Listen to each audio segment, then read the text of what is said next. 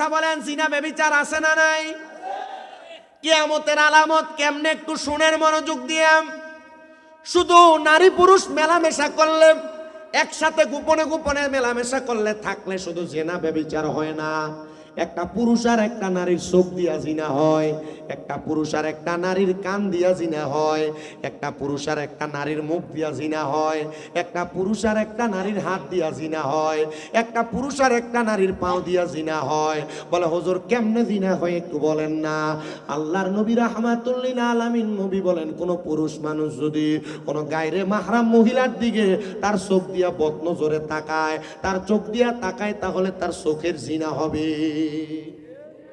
বেডটেনের দিকে ইচ্ছা মতো তাকাও, আর স্কুলের মাইয়ারা রাস্তা দিয়ে হাইটে গেলে তুমি খারিয়া খারিয়া ছায়া তাও, এটা তোমার লেগে ভালো হইব, এটা জিনা ব্যভিচার। এটার কারণে আল্লাহ আযাব গজব দেয়।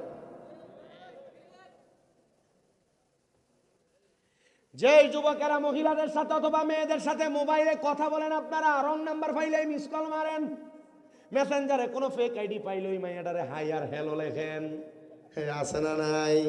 মুসলমান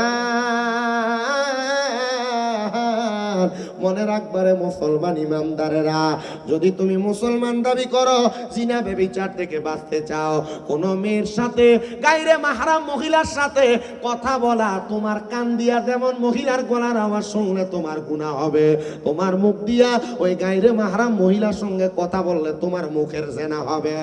এই জন্য আপনারা যারা মহিলাদের গলার আওয়াজ গান শুনেন আপনাদের কান দিয়া, আপনারা মনে রাখবেন আপনাদের কানের জিনা হইয়া যাবে। এ নবীর উম্মত, এ ভবানপুরের মুসলমান, একটু শুনো রে। আল্লাহর নবী ডাক দিয়ে কই, উম্মত, কোন মুসলমান যদি কোন গায়রে মাহরাম মহিলার সঙ্গে সাক্ষাৎ করার জন্য তার পাও দিয়ে হাইটা হাইটা যায়, তার পায়ের জিনার গুনাহ হয়, হাত দিয়ে স্পর্শ করলে হাতের গুনাহ হয়, শুধু মেলামেশা করলে গুনাহ হয় না, চোখ দিয়া তাকাইলে, মুখ দিয়া কথা বললে, কান দিয়া শুনলে, পা দিয়া হাইটা গেলে, হাত দিয়া ধরলে জিনা হয়। এবার আপনারা বলেন, এমন জিনা থেকে বাঁচার দরকার আছে না না? জিনার গুনাহ মানুষের তিনটা ক্ষতি হয়। কয়টা ক্ষতি? তিনটা ক্ষতি হয়। এক নাম্বার, কোন মানুষ যদি গোপনে পাপ করে, গোপনে জেনা করে, আল্লাহ তার হায়াত কমায় দেয়। বেটেনের লগে ফোনে কথা কও, আর বিডিএর যারা জামাই বিদেশ, তোমরা ফোনে ফলাফানের লগে আর বেড়াইতে লগে কথা কও। তোমরা যদি গোপনে এমন পাপ করো, আল্লাহ তাআলা এক নাম্বার তোমাদের হায়াত কমায় দিবে।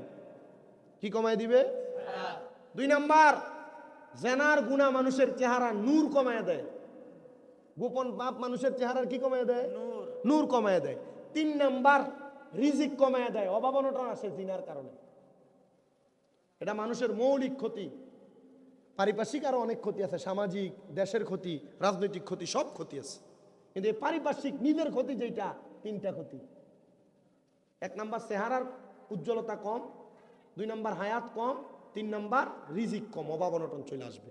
এজন্য যে যুবকেরা, যে মুরব্বীরা এমন অপকর্মের সাথে লিপ্ত, সাবধান। যে মা বোনেরা, যে মেয়েরা এমন অপকর্মের সাথে লিপ্ত, সাবধান। চেহারা নূর কমে যাবে, হায়াত কমে যাবে, অভাব অনটন চলে আসবে। আল্লাহ হেফাজত করুন, জোরে কোন আমিন। আমার মুসলমান ইমানদাররা একবার একটু মন দিয়া শুনো, এই জেনা ব্যভিচারের কারণে মানুষ দুনিয়ার জমিনের মধ্যে অভাব অনটন এবং খারাপ কাজের মধ্যে ভূমি যখন মধ্যে পড়ে যাচ্ছে। আমি কিয়ামতের আলামতের বর্ণনা দিতে যে আপনাদের কাছে কথাগুলা বললাম।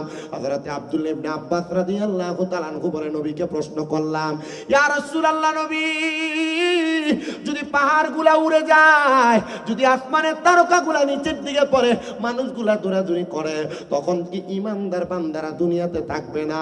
বলে না না না, যখন আমি আল্লাহরে আল্লাহ বলে ডাকার মতো কোনো মানুষ দুনিয়াতে থাকবে না, তখনই আমার আল্লাহ তাআলা দুনিয়াটারে কিয়ামত করে দিবে, দুনিয়াটারে উলট পালট করে দিবে, দুনিয়াটারে তামার মতো করে দিবে। ও মুসলমান, আল্লাহ বলে ডাকার মতো কোনো মানুষ থাকবে না, কথাটা এমন না। আমার নবী বলে, কিয়ামত যখন হয়ে যাবে, কিয়ামত যখন সংগঠিত হয়ে যাবে, মানুষ দৌড়াইয়া দৌড়াইয়া পলায়ন করবে, মানুষ তাড়াতাড়ি আল্লাহকে তালাশ করবে, কিন্তু আমার আল্লাহরে এত ডাকবো, আমার আল্লাহকে ডাকার মতো কোনো মুমিন থাকবে না। এই যে করোনা ভাইরাস আইছিল, আমার পরে মসজিদে মুসল্লির অভাব নাই। কয়দিন আগে বড় ভূমিকম্প হওয়ার কারণে ঢাকার একটা মসজিদের ছাদের মধ্যেও মানুষ যায় জায়গা হয় না, মানুষ ডরে তাড়াতাড়ি মসজিদে প্রবেশ করে। এ ভবানপুরের মুসলমান, মৌলভীবাজার শ্রীমঙ্গল এলাকার আশেপাশে এলাকার বাবারা বন্ধুরা, একটু অন্তরের কানটা লাগে শোনো গো, একটু মনোযোগ লাগে শোনো। এই মসজিদের মধ্যে যখন তোমরা দৌড়ে দৌড়ে পলায়ন করবা, দোয়া করতে থাকবা, আমার আল্লাহর দরবারে কোনো দোয়া কবুল হবে না। কারণ কি? কারণ কি? কারণ কি? এটার একটাই মাত্র কারণ রে, একটাই মাত্র কারণ, একটাই মাত্র কারণ। কারণ কিয়ামতের আগ পর্যন্ত তোমাদেরকে আল্লাহ তাআলা কোরআনের মাধ্যমে অনেক সাবধান করেছে, কিন্তু তোমরা আল্লাহ তাআলা সাবধানতা শোনো নাই। না শোনার কারণে আমার আল্লাহ তাআলা আর তোমাদের দোয়াগুলা কবুল করবে না, আর তোমাদের দোয়াগুলা কবুল করবে না। এই জন্য সবার কাছে আপনার জানাই, মুরব্বী সমাজ, যুব সমাজ, শিশু সমাজ, পর্দার অন্তরালের মহিলারা, এখন থেকে গুনার কাজ করা বন্ধ করে দাও। আসেন বাবা, আল্লাহ তাআলার কোরআনুল কারীমের দ্বিতীয় আয়াত, আমি সূরা বাইয়ানার শেষের দিকে 3 নম্বর আয়াতটা তেলাওয়াত করেছিলাম। আল্লাহ তাআলা ঘোষণা করে, বান্দা ইন্নাল্লাযীনা কাফারু মিন আহলিল কিতাবি ওয়াল মুশরিকিনা ফি নারি জাহান্নাম খালিদিনা ফিহা। আমার আল্লাহ কই, নিশ্চয় নিশ্চয় যারা কুফরি করে আহলে কিতাবের অন্তর্ভুক্ত এবং মুশরিক, আমার আল্লাহ তাআলা তাদেরকে জাহান্নামের খবর দেয়। ও আল্লাহ, কুফরি কারা করে? আপনি একবার কুফরি করনেওয়ালা কাফেরদের ব্যাপারে বলেন না। আল্লাহ ছাড়া কারোর কাছে চাওয়া, আল্লাহ ছাড়া কারোর কাছে মস্তক অবনত করা, আল্লাহ ছাড়া অন্য কারোর ইবাদত করা কুফরি। শুধু এইটা কুফরির কথা না, এইটা কুফরির সংজ্ঞা না। কোন মানুষ যদি গুনার কাজটা দ্বিতীয়বার গুনাহ যায় না, গুনার কাজটা আবার করে, ওই মানুষটা তখন ফাসিক হয়ে যায়। কি হয়? ফাসিক। চুরি করা গুনাহ, হ্যাঁ জানে চুরি করা গুনাহ, জানার পর আবার দ্বিতীয়বার চুরি করতে গেছে। কোনো মানুষ যদি একবার চুরি করা গুনাহ যায় না, দ্বিতীয়বার আবার চুরি করতে যায়, তখন সে হয় ফাসিক। কি হয়? কবিরা গুনাহ হয়, কিন্তু সে ফাসিক হয়। দ্বিতীয়বার সে জানে চুরি করা গুনাহ, আবার গেছে চুরি করতে, নবী কয় তখন সে হয় নেফাকি, মুনাফিক। তখন কি হয়?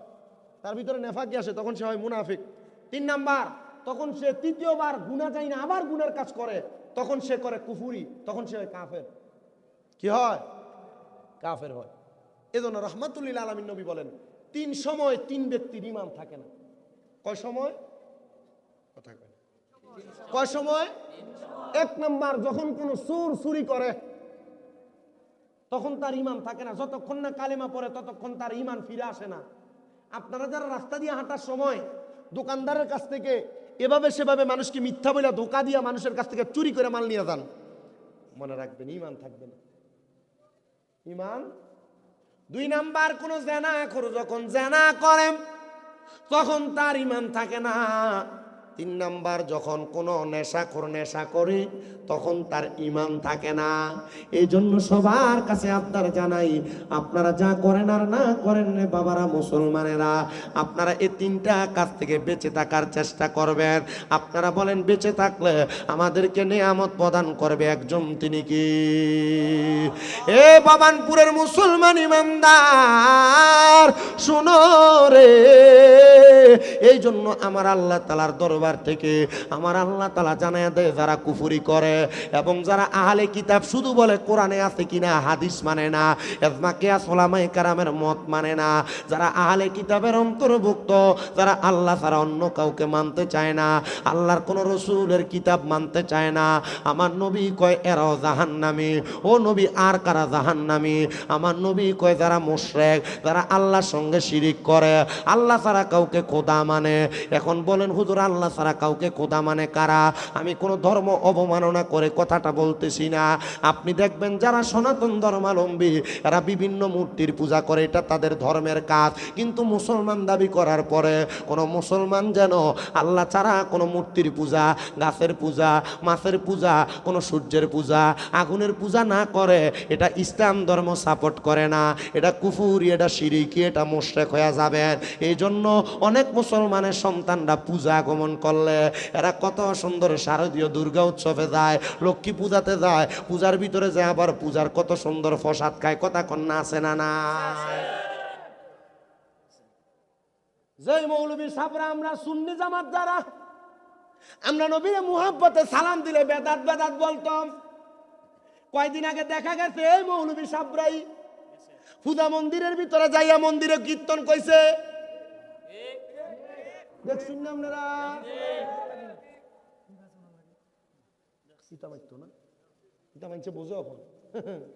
কথা কন্যা আসে না নাই?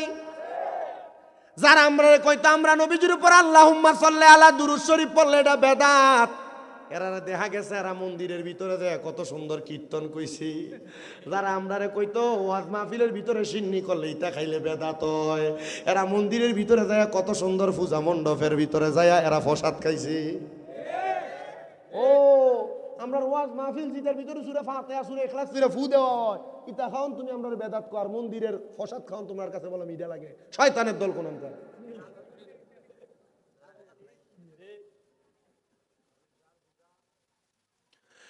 এরপর আবার এরার একজন লোক আবার কইতাছে রোজা আর হুজা বলে একরকম, নাউজুবিল্লাহ নাই বলে তাই মাত মাইতে আবার মুসলমান দাবি করে। শুধু তাই না কয় হিন্দু মুসলিম ভাই ভাই, আল্লাহর নবী কয় আল মুসলমান আর মুসলমান ভাই ভাই, তুমি কেমনে হিন্দু মুসলিম ভাই ভাই লাগাইলা? আরে বিধর্মী আর মুসলমান এক প্লেটে খাওয়ার ব্যাপারে তো ইসলাম নিষেধাজ্ঞা তাকওয়ার খেলাফ বলে।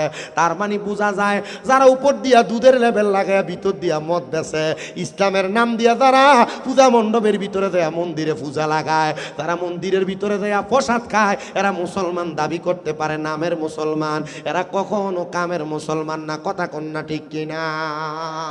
ও আল্লাহ এটা কি কন্যা গো? নবী আমার কয় এটা কিয়ামতের আলামত। দেখবা মুসলমানের সন্তানেরা মন্দির পূজা করে, মুসলমানের সন্তানেরা এক আল্লাহর ইবাদত বাদ দিয়া এরা মন্দিরের মধ্যে মূর্তির পূজা করে, গাছের পূজা মাছের পূজা করে। আহারে আহারে আহারে আমার বুঝতে বড় কষ্ট হয় এরা কেন এমন বাজে কর্মগুলা করে। এই আমার মুসলমান ইমামদার অন্তরের কানটা লাগে বয়ান শ্রবণ করার চেষ্টা করো গো। আমার নবী রাহমাতুল লিল আলামিন নবী জানায়া দে দুনিয়ার জমিনে মুসলমান দাবি কইরা কেউ যদি মূর্তি পূজা গাছের পূজা মাছের পূজা সূর্যের পূজা করে আগুনের পূজা করে এরা আমার দলভুক্ত নয়, নবীর দলভুক্ত নয়, মানে এরা হইল অন্য ধর্মের লোক। নবীর দলভুক্ত নয় মানে এরা মুসলমান না। এবার আপনারা বলেন আমরা নবীর দলভুক্ত হইয়া বাঁচতে চাই কি চাই না?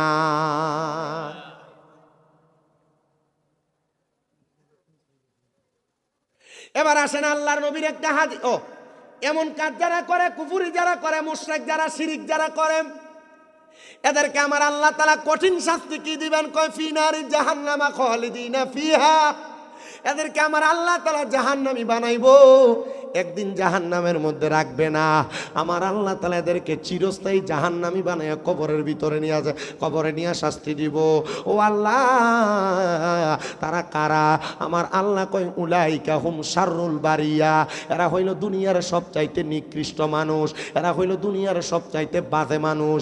এবার বলেন যারা দুনিয়ার নিকৃষ্ট বাজে মানুষ আমরা কি তারার লগে কখনো চলবো নাকি? না না না, আমরা কখনো তাদের সাথে চলবো না, তাদের সাথে উঠবো না, বসবো না, তাদের সঙ্গে কথাও বলবো না, তাদের সঙ্গে চলাফেরাও করবো না।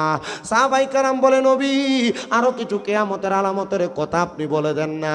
আনাস ইবনে মালিক ডাক দিয়ে কই ইয়া রাসূলুল্লাহ কিয়ামতের আলামতের ব্যাপারে আপনি আমাদেরকে কিছু তথ্য দেন। আমার নবী কয় আনাস ইবনে মালিক তুমি কিয়ামতের জন্য কি রেডি করছো? আপনারা বলেন না কিয়ামতের কঠিন আলামত থেকে আমরা বাঁচতে চাই কি চাই না?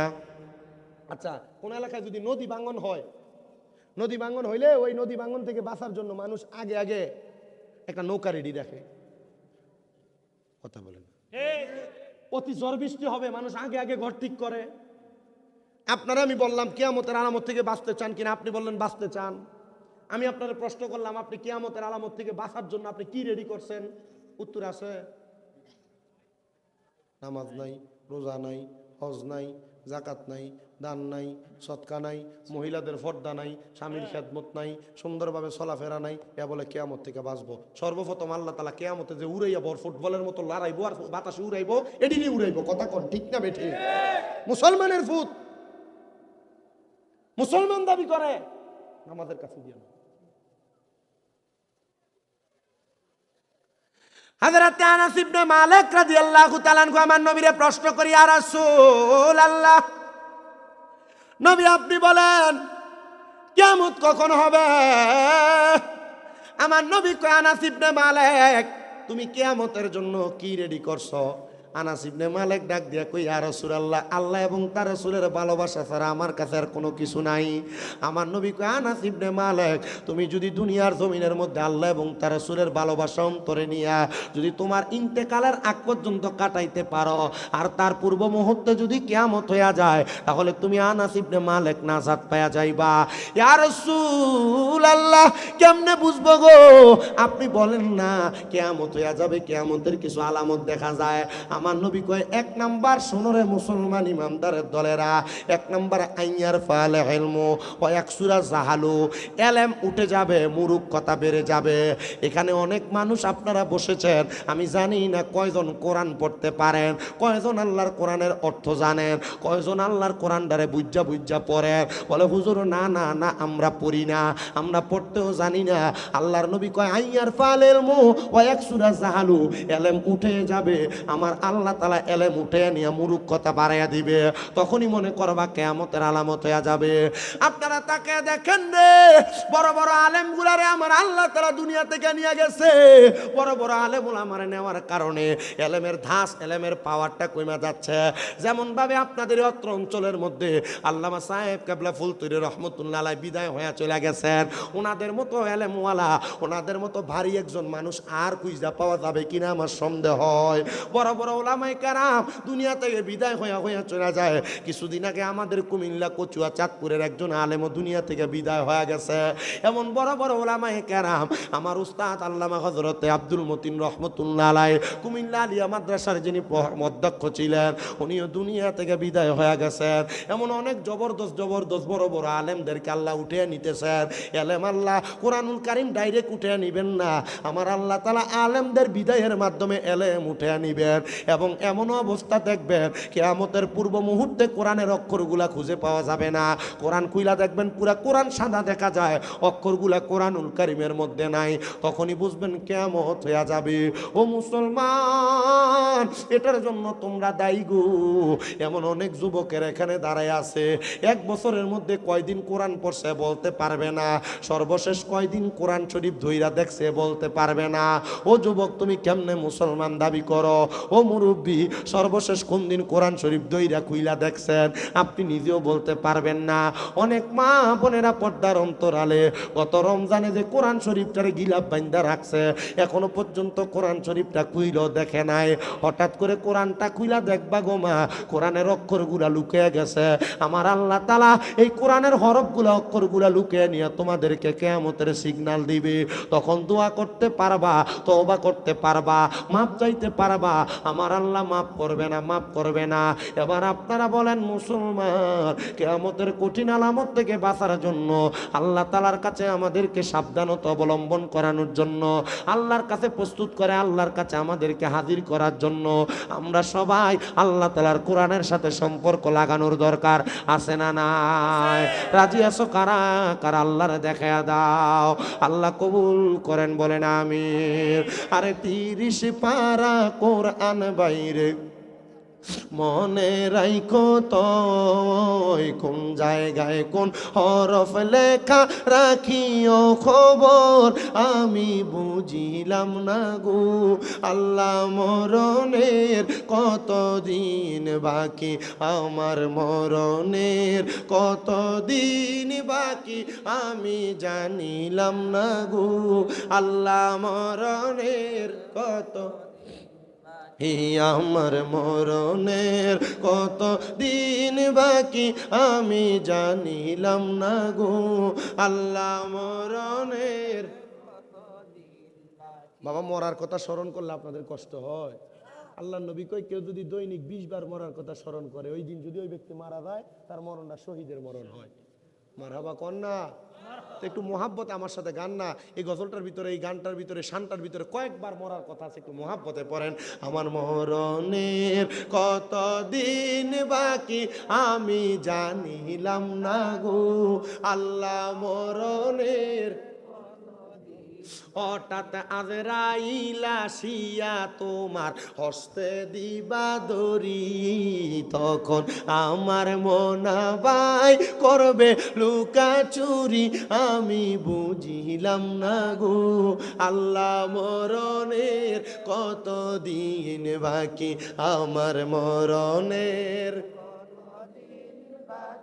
আমরা জানিলাম না গো আল্লাহ মরণের ইনে বাকি, আমরার হায়াত হইল হাতে বাইরে মত হইল পায়ে, কোন জায়গায় আরে হায়াত হইল হাতে বাইরে মত হইল পায়ে, যেই দিন তোমার মরণ হবে কেউ আসবে না পাশে, আমরা বুঝিলাম না গো আল্লাহ মরণ দিন বাকি, বলো মরণের কত আমরা জানিলাম না গো আল্লাহ। এ ভবানপুরের মুসলমান, এই জন্য আল্লাহ তাআলা এলেম উঠে নেওয়ার আগে নিজে এলেম অর্জন করো রে, নিজের সন্তানরা এলেম অর্জন করাও, এবং নিজের এলাকার মধ্যে এলেম অর্জন করার প্রতিষ্ঠানটা গড়া তোলো। এলাকার ভিতরে কত মাদ্রাসা বন্ধ হয়ে যায়, শিক্ষকের বেতন চালাইতে পারে না। এলাকার মধ্যে কত মাদ্রাসা বন্ধ হয়ে যায়, ছাত্র নাই। তুমি তোমার বাচ্চাটারে কিন্ডারগার্টেনে পাঠাইয়া দিছ, বাচ্চাটারে কোরআন পড়াও নাই। ইংলিশ টিচারের বেতন 2-3 হাজার টাকা দিছ, গণিত টিচারের বেতন 1,000-2,000 দিছ, কিন্তু মক্তবের বেতনের জন্য 50 টাকার জন্য 3 বার তোমার দরজায় যাওয়া লাগে। আপনারা বলেন এমন নামের মার্কা মুসলমান সমাজে আছে না নাই? ও বাবা শুনো শুনো শুনো, এই জন্য আমি সবার কাছে আবদার জানাই রে বাবা, মুরব্বীরা হয়তো কোরআন পড়তে পারেন না, মা বাপ কোরআন শিখাইতে পারে নাই, যুবকেরা অনেকে কোরআন পড়তে পারো না, মা বাপ কোরআন শিখাইতে পারে নাই, ছোট ছোট বাচ্চারা তোমরা যারা এখনো কোরআন শিখো নাই, আমি তোমরার কাছে করজোরে আবদার করি রে বাবা, মাহে রমজান মাস আসলে দারুল কেরাত এলাকাতে চালু আছে আমি জানি, এলাকার দারুল কেরাতের মধ্যে কোরআনটা একটু শিক্ষা নিবা। এই কোরআন যদি না শিখতে পারো, কাল ময়দানে মাসুরে ফুলসেরাতের সামনে তোমারে প্রশ্ন করব, বান্দা কোরআন তেলাওয়াত করো, তুমি তখন বলবা আমার মা আমার বাবা আমারে কোরআন শিখায় নাই। আমি শামীম রাজারে যদি বলে কোরআন পড়ো, আমি যদি বলি আমার মা আমার আব্বা আমারে কোরআন শিখায় নাই, তখন বলবো কই রে শামীম রাজার মা বাপ, আয় আমরা সামনে আয়। তখন আমার মা বাপরে কইব কেন তোমার সন্তানরে কোরআন পড়াও নাই? বলে কর্মব্যস্ততায় যায়া, কাজ করতে যায়া, খাবার জোগাড় করতে যায়া, রিজিকের তালাশ করতে যায়া আমি আমার সন্তানরে কোরআন শিখাইতে পারি নাই। তখন বলবে যেহেতু সন্তানরে কোরআন শিখাও নাই, এটা তোমার মৌলিক দায়িত্ব ছিল। ও সন্তানের বাবা আয় আয় আয় সামনে আয়। তখন একটা সন্তানের বাবারে ফুলসেরাতের উপর লম্বা লম্বি করে শোয়া দিব, হাত থাকবো একদিকে, পাও থাকবো একদিকে, বুকের মধ্যে ফাড়া দিয়া সন্তানরা বাবার বুকে পাড়া দিয়া ফুলসেরাত পার হইব। বালা লাগতো না, বালা লাগতো না। যদি এমন কঠিন আযাব থেকে বাঁচতে চাও, কঠিন আযাব থেকে বাঁচতে চাও, আল্লাহ দোহাই লাগে রে মুরব্বী বাবা, যুবক নজুয়ান, তোমরা তোমাদের সন্তানদেরকে কোরআনটা শিখাও। সন্তানরা মনে করতেছে আমার মা বাবা আমারে কোরআন পড়াইছে না, শিখাইছে না, তাহলে আমার মা বাবা বিপদে পড়বো আমার কি? না না না না না না, তোমার কি এই কথা বলা যাবে না। যখন তুমি প্রাপ্তবয়স্ক হইবা, নিজ দায়িত্বে যদি তুমি কোরআন না শিক্ষা গ্রহণ করো, তাহলে যখন তুমি তোমার বাবার বুকটাতে পাড়া দিবা, তখন তুমি সন্তান তোমার বাপ সহ একসাথে ফুলসেরাতের নিচে হাবিয়া নামক দোজখের মধ্যে পড়বা। এবার আপনারা বলেন এমন জাহান্নামের কঠিন আযাব থেকে বাঁচার জন্য, কিয়ামতের কঠিন আযাব থেকে বাঁচার জন্য আমাদের সবাইকে কোরআন শিক্ষা গ্রহণ করার দরকার আছে না না? কোরআন না শিক্ষা গ্রহণ করা এটা কিয়ামতের আলামত। এলেম থেকে দূরে সরে যাওয়া এটা কিয়ামতের আলামত। কোরআন হাদিস থেকে দূরে সরে যাওয়া এটা কিয়ামতের কঠিন আলামত। কিভাবে বুঝবেন? স্বাভাবিক বুঝাই। মনে করেন ইমাম সাহেব হুজুর, উনি আমার উস্তাদ, অবশ্যই উস্তাদ, বয়সে বড় এলেমে বড়। ওনার যিনি উস্তাদ ইমাম সাহেব হুজুর বয়সে বড় এলেমে বড় হওয়ার কারণে উনি আমার থেকে বেশি জানেন। ওনাকে প্রশ্ন করেন, উনি যিনার কাছে শিখছেন উনি ওনার থেকে, উনি নিজে বলবে উনি আমার শিক্ষক, উনি আমার থেকে বেশি জানে। ওনার যিনি শিক্ষক ওনাকে জিজ্ঞাসা করেন আপনি যিনার কাছে শিখছেন উনি কতটুক জানে, উনি বলবে ওনার থেকে বেশি জানে। তার মানে বোঝা যায় মৌলিক ধারাবাহিকভাবে যিনারা পূর্ববর্তী আলেম ছিলেন ওনাদের আলেমের তুলনায় আমাদেরটা সরিষার দানার চাইতেও কম। কথা বলেন না কেন? আমি মৌলবী সাহেব হয়ে বড় বড় ফতোয়া দিব আর কম আমি আলেম? জি না, আমার ভিতরে যে অল্প আলেম আমার পরবর্তী জেনারেশন আমার থেকে যা শিখতেছে কম শিখতেছে।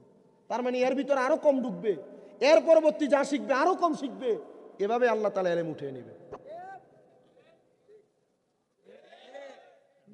শুধু ঠিক করলে চলবে না, নিজেও শিখতে হইব। তোমার যদি কয় মোবাইলটা হাতে দিয়ে মোবাইলটা ফ্রি ফায়ারটা ইনস্টল করে দাও, ধুপ ধুপ করে প্লে স্টোর থেকে নামাই নেবে তুমি। কথা কন না কেন? যদি কয় কোরআনুল কারীমে সূরা ফাতিহাটা পড়ে আউযু বিল্লাহর ভিতরে 12টা ভুল করব, কথা কয় না। আব্বাজি এই যুবক ফলাফান চুপ থাকো। 20 বছর বয়সের উপরে যারা যারা আছে হাত তোলেন, হাত তোলেন। 20 বছর বয়সের উপরে যারা যারা হাত তোলেন, কিছু লাগবে না, টেহা দাও লাগবে না, হাত তোলো বেটা। মুরব্বী হাত তোলেন না, হাত নামান। আপনারা যারা হাত তুলছেন আপনারা কি মনে করেন আল্লাহ তাআলার কোরআনুল কারীম না শিক্ষা গ্রহণ করার কারণে যদি আল্লাহ আযাব দেয় আপনারা আযাব থেকে বাঁচতে যাবেন? শামীম রেজা 26-27 বছর, শামীম রেজা বাঁচতে যাবো গা? এটা আগে আমারই দিব ফায়ার ফাতারি বেড়ে।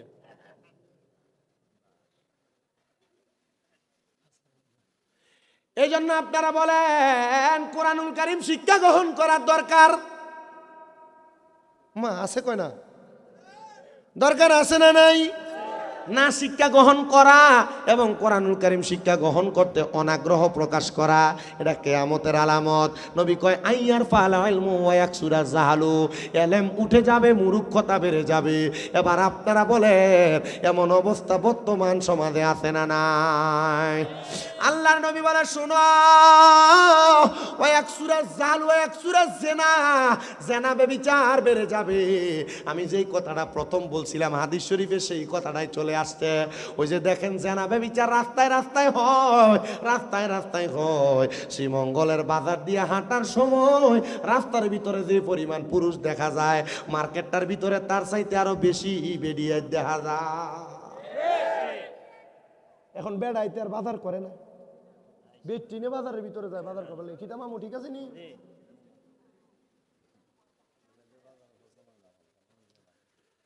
জামাই যদি একটা কাপড় কিনা না দেয় এটা কি টানছ বালা না। ঈদ আসলে মহিলারা কত সুন্দর স্বামীর কাছে বলে আরে তুমি মার্কেট করলে কাপড় বালা বুঝান তারটাই না, আমার টেহা দেলাও আমি নিজে মার্কেট করবাম।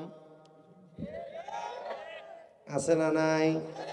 আরে সবার কথা বাদ দেন, এখানে সবচাইতে বয়স্ক মুরব্বী আমার পিছনে বেড়ায় মনে হয়। আবার নিশ্চয় আছে কয়েকজন এই মুরব্বী আছে। আপনারা যে যুগে বিয়া করছেন কাপড় কি বউ যে কিনছেন, আপনি যেটা কিনে আইনা দিচ্ছেন এটাই পড়ছে,